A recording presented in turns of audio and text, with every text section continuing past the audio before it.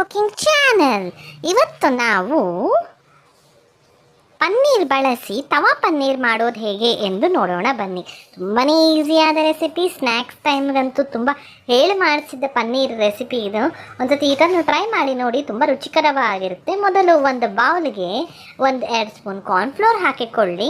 Cornflour ಹಾಕ್ಕೊಂಡ್ರೇ ಇದಕ್ಕೆ taste ಬರೋದು. ನೀವು ಅಕ್ಕಿ ಹಿಟ್ಟು ಅದೆಲ್ಲ ಹಾಕ್ಕೊಂಡ್ರೆ ಅಷ್ಟೊಂದು ಟೇಸ್ಟ್ ಇರೋಲ್ಲ.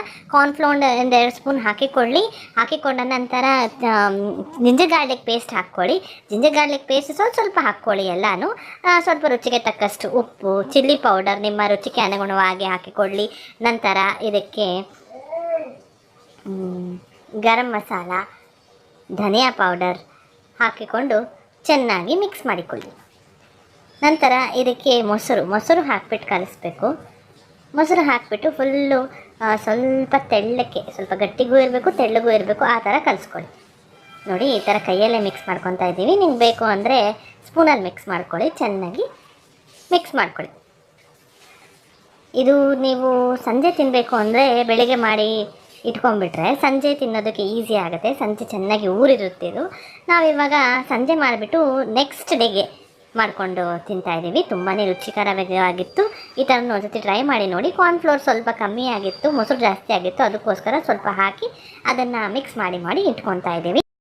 ನಂತರ ಪನ್ನೀರ್ ಸ್ಲೈಸ್ನ ಈ ಥರ ಡಿಪ್ ಮಾಡಿ ಒಂದು ಪ್ಲೇಟ್ಗೆ ಅರೇಂಜ್ ಮಾಡಿ ಇಟ್ಕೊಳ್ಳಿ. ಇದೆಲ್ಲ ಚೆನ್ನಾಗಿ ನೀಟಾಗಿ ಊರಬೇಕು, ಆವಾಗಲೇ ಇದು ಟೇಸ್ಟ್ ಬರೋದು, ಇಲ್ಲಾಂದರೆ ಟೇಸ್ಟ್ ಬರೋಲ್ಲ.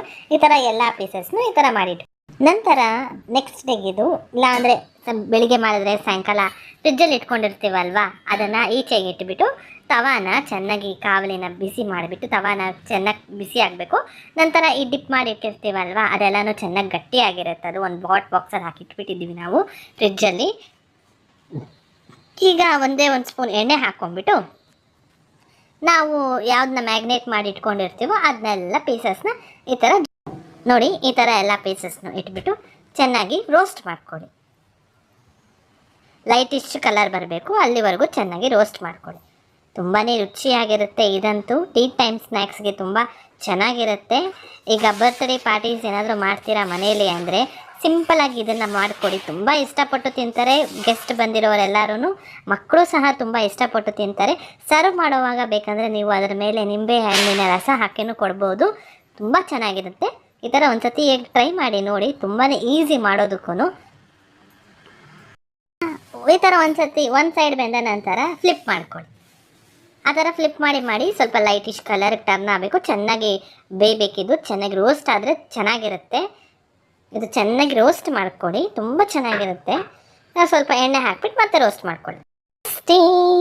ಬೌಲಿಗೆ ಸರ್ವ್ ಮಾಡ್ಕೊಳ್ಳಿ, ತಿನ್ಕೊಳ್ಳಿ. ನಿಮಗೇನಾದರೂ ನಮ್ಮ ಚಾನಲ್ ಇಷ್ಟವಾದಲ್ಲಿ ಪ್ಲೀಸ್ ಲೈಕ್, ಶೇರ್, ಸಬ್ಸ್ಕ್ರೈಬ್ ಮಾಡಲು ಮಾತ್ರ ಮರಿಬೇಡಿ. Thank you for watching.